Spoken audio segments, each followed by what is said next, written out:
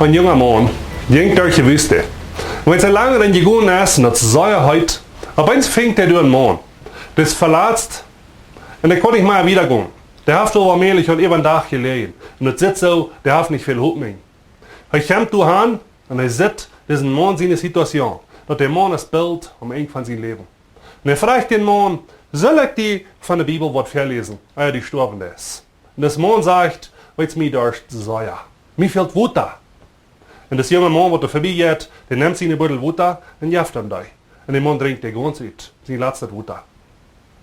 Wenn er fertig ist, dann fragt er den, soll ich die nie von der Bibel was verlesen, als die stirbst? Und der andere Mann sagt, weil's mir hungert Säure. Ich kann der und nicht eten. Und das Mann nimmt sich seine Tasche, was Brot rührt, was Eten mit, was er mit hat, und jaft diesen Mann sein letztes Eten. Wenn es der gegessen hat, dann fragt er den, soll ich die nie was von der Bibel verlesen?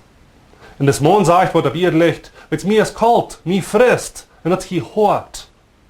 Das junge Mann, was er vorbeigeht, trägt sein Weinig ut, und dann, wenn es kalt ist, und jaft den Mann sein Weinig. Wenn es sich auf Tau gedacht, und der Licht durch, dann sagt der Mann, mir vertell mir von dem Gott, wo die mir den letzten Wutter war geben, den letzten Eten war geben, und sogar den Wein getragen und mir den geben, wo ich mehr zum Sterben wäre. Der Gott, wo die dort mir tun, von denen will ich mehr erwarten. Und das Mann hat Gelegenheit, ihm zu vertellen, wer Jesus wäre.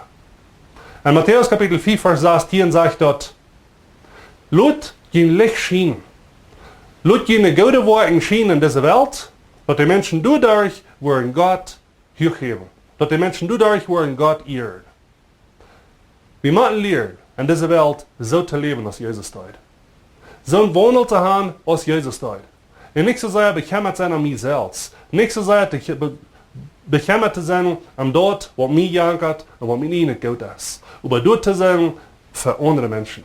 Diese Welt ist so voll Not. Diese Welt ist voll Not und die und ich können halten. Jemand sagt, warum das Gott nicht? Gott hat die und mich durch angestellt. Wer für uns nicht steht, sind die und ich.